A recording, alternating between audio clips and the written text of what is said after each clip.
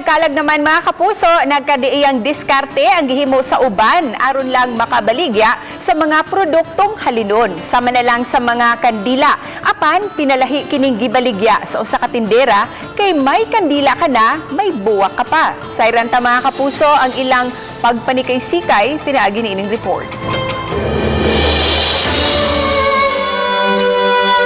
Ning adlaw sa mga santos ug sa mga minatay, nagkadaiyang diskarte ang gihimo sa atong mga kaigsuonan aron makapanginabuhi.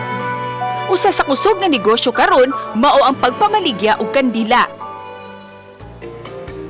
Dinhi sa may Vigulya Street sa Barangay Santo Niño, Dakbayan sa Sugbo, pinalahi ang kandila nga ilang gibaligya. Kini tungod kay pwede usab ni nimong himoong dekorasyon.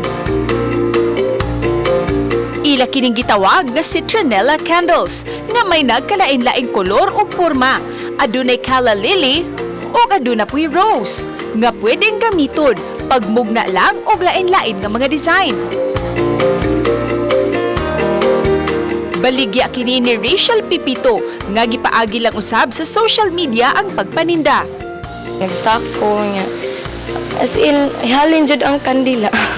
Sa tungang bahin sa mga buwak, adunay pabilo nga kun madagkutan, mamahimo kining pampatay sa mga lamok. Ang matagpak gibaligya og 150 pesos ngadto na sa 160 pesos. Dugay sad siya mahilis, mga 45 minutes to 1 hour siya mahilis. Uban ni Lian Sidkulan ug Jun Solon sa Quibod-Castro, Balitang Bisdak.